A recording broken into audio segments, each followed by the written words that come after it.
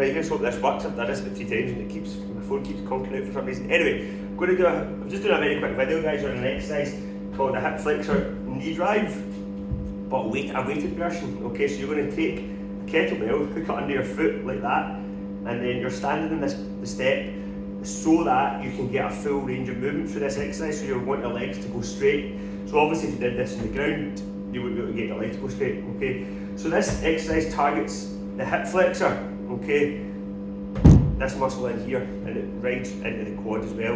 Okay, the neck frame. So what we're looking for is about 10 to 15 reps, and this is a really good exercise for isolating, really specifically isolating this hip flexor muscle here, or hip flexor muscles. And it's also an example of something called an open chain exercise. So most exercises are kind of divided into 2 types.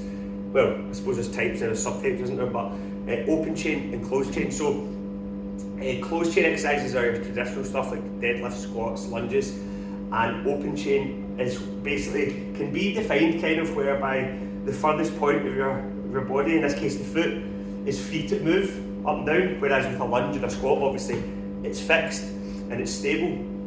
So the benefits of doing squats and lunges therefore are because it's a more stable movement, you can apply more force, develop more strength, and move more load, but you're not isolating specific muscle groups. So for example, a squat and a lunge, they're brilliant because they integrate lots of muscles at once, like your glutes, your quads, your hamstrings, your core, blah blah blah.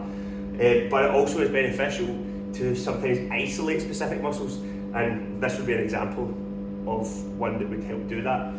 Not to say that all open chain exercises just isolate muscle groups, they don't, but this is an example of one that does. And this is particularly useful because the hip flexors in particular are really play an important role in running, and the faster you run, the more of a role they play.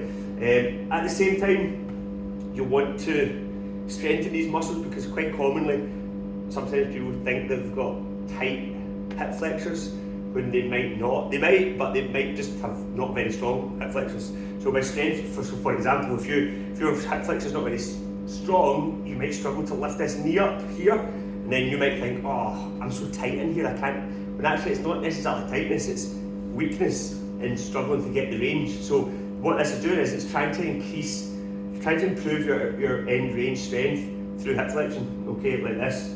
And this would be a good example of it. Okay, so the idea is to take a weight, try and get 10 to 15 reps, hold on to the wall for balance so you don't need to worry about that, and then you can turn around and switch sides. Okay, just keep your core tight, don't round through the back. Okay, so a common thing is people try to get the knee up, so they end up doing this to sort of give that illusion that they're bringing their knee to their chest, when really they're just bringing their chest out. So just come up as high as you can while keeping a nice neutral spine position here. Okay, so it's really good exercise. So we're going to give it a go. Okay, cheers.